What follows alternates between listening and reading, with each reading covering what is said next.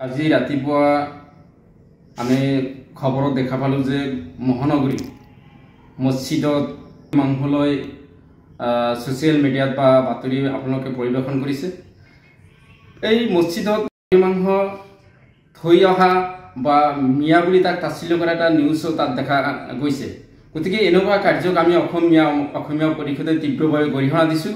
গৰু ব্যৱসায় একেবাৰে বন্ধ কৰি দিয়ক, আমাৰ ক'বলগীয়া নাই। মুছলমানসকলে নাখালেও হ'ব। আমি আহ্বান কৰিছোঁ যে আমি মুছলমান সমাজক আহ্বান কৰিছোঁ, আপোনালোকে মাংস খোৱা বন্ধ কৰক, গৰু ব্যৱসায় কৰা বন্ধ কৰক। দেখা যাওক কি হয়।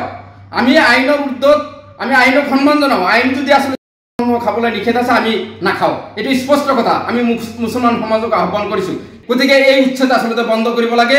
আৰু আমি অসমৰ সকলো বুদ্ধিজীৱী, অসমব্যাপী ৰাইজক আহ্বান কৰিছোঁ, উচ্ছেদ অনতিপলমে বন্ধ কৰি বৈধ নাগৰিকসকলক শান্তিভাৱে থাকিবলৈ দিয়াৰ বাবে আমি অসমীয়া পৰিষদে অসম চৰকাৰক, অসম প্ৰশাসনক আমি আহ্বান জনাইছোঁ। আজি ৰাতিপুৱা আমি খবৰত দেখা পালোঁ যে মহানগৰী মছজিদত মাংসলৈ সোশ্যাল মিডিয়াত বা বাতৰি আপোনালোকে পৰিৱেশন কৰিছে। এই মছজিদত মাংস থৈ অহা বা মিয়া বুলি তাক তাচ্ছিল্য কৰা এটা নিউজো তাত দেখা গৈছে। গতিকে এনেকুৱা কাৰ্যক আমি অসমীয়া পৰিষদে তীব্ৰভাৱে গৰিহণা দিছোঁ। গৰু ব্যৱসায় একেবাৰে বন্ধ কৰি দিয়ক, আমাৰ ক'বলগীয়া নাই। মুছলমানসকলে নাখালেও হ'ব। আমি আহ্বান কৰিছোঁ যে আমি মুছলমান সমাজক আহ্বান কৰিছোঁ, আপোনালোকে মাংস খোৱা বন্ধ কৰক, গৰু ব্যৱসায় কৰা বন্ধ কৰক। দেখা যাওক কি হয়। আমি আইনৰ উৰ্ধত আমি আইনক সন্মান জনাওঁ। আইন যদি আচলতে খাবলৈ নিষেধ আছে, আমি নাখাওঁ, এইটো স্পষ্ট কথা। আমি মুছলমান সমাজক আহ্বান কৰিছোঁ। গতিকে এই উচ্ছেদ আচলতে বন্ধ কৰিব লাগে।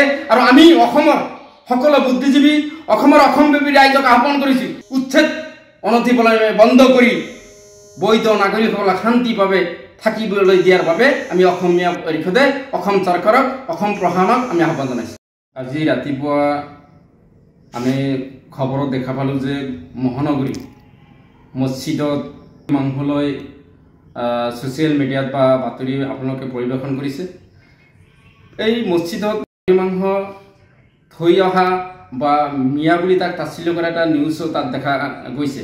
গতিকে এনেকুৱা কাৰ্যক আমি অসমীয়া পৰিষদে তীব্ৰভাৱে গৰিহণা দিছোঁ। গৰু ব্যৱসায় একেবাৰে বন্ধ কৰি দিয়ক, আমাৰ ক'বলগীয়া নাই। মুছলমানসকলে নাখালেও হ'ব। আমি আহ্বান কৰিছোঁ যে আমি মুছলমান সমাজক আহ্বান কৰিছোঁ, আপোনালোকে মাংস খোৱা বন্ধ কৰক, গৰু ব্যৱসায় কৰা বন্ধ কৰক। দেখা যাওক কি হয়। আমি আইনৰ উৰ্ধত আমি আইনক সন্মান জনাওঁ। আইন যদি আচলতে খাবলৈ নিষেধ আছে, আমি নাখাওঁ, এইটো স্পষ্ট কথা। আমি মুছলমান সমাজক আহ্বান কৰিছোঁ। গতিকে এই উচ্ছেদ আচলতে বন্ধ কৰিব লাগে। আৰু আমি অসমৰ সকলো বুদ্ধিজীৱী, অসমব্যাপী ৰাইজক আহ্বান কৰিছোঁ, উচ্ছেদ অনতিপলমে বন্ধ কৰি বৈধ নাগৰিকসকলক শান্তিভাৱে থাকিবলৈ দিয়াৰ বাবে আমি অসমীয়া পৰিষদে অসম চৰকাৰক, অসম প্ৰশাসনক আমি আহ্বান জনাইছোঁ।